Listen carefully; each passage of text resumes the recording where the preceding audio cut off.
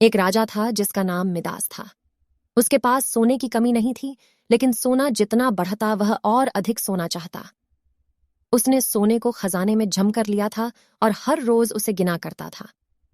एक दिन जब वह सोना गिन रहा था तो एक अजनबी कहीं से आया और बोला, तुम मुझसे ऐसा कोई वरदान मांग सकते हो जो तुम्हें दुनिया में सबसे ज्यादा खुशी दे।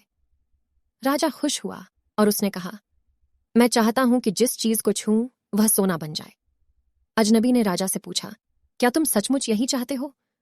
राजा ने कहा, हाँ।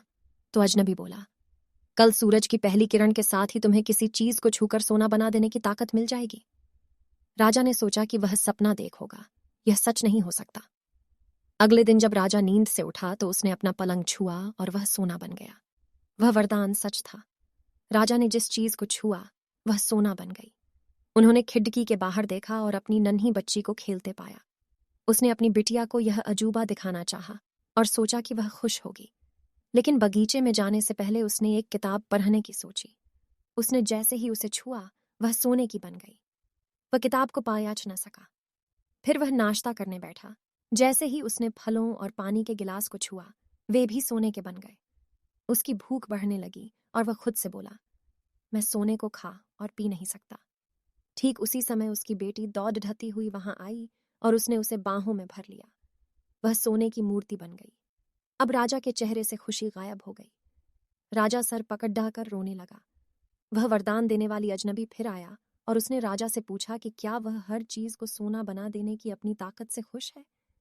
राजा ने बताया कि वह दुनिया के सबसे दुखी इंसान है। राजा ने उसे सारी बात बताई। अजनबी ने पूछा, अब तुम क्या पसंद करोगे, अपना भोजन और प्यारी बिटिया या सोने के ढेर और बिटिया की सोने की मूर्ति? राजा ने गिड़गिड़ाकर माफी मांगी और कहा, मैं अपना सारा सोना छोड़ा दूंगा। मेहरबानी करके मेरी बेटी मुझे लौटा दो, क्योंकि उसके बिना मेरी हर चीज मूल्यहीन हो गई है। अजनबी ने राजा से कहा, तुम पहले से बुद्धिमान हो गए हो, और उसने अपने वरदान को वापस ले लिया।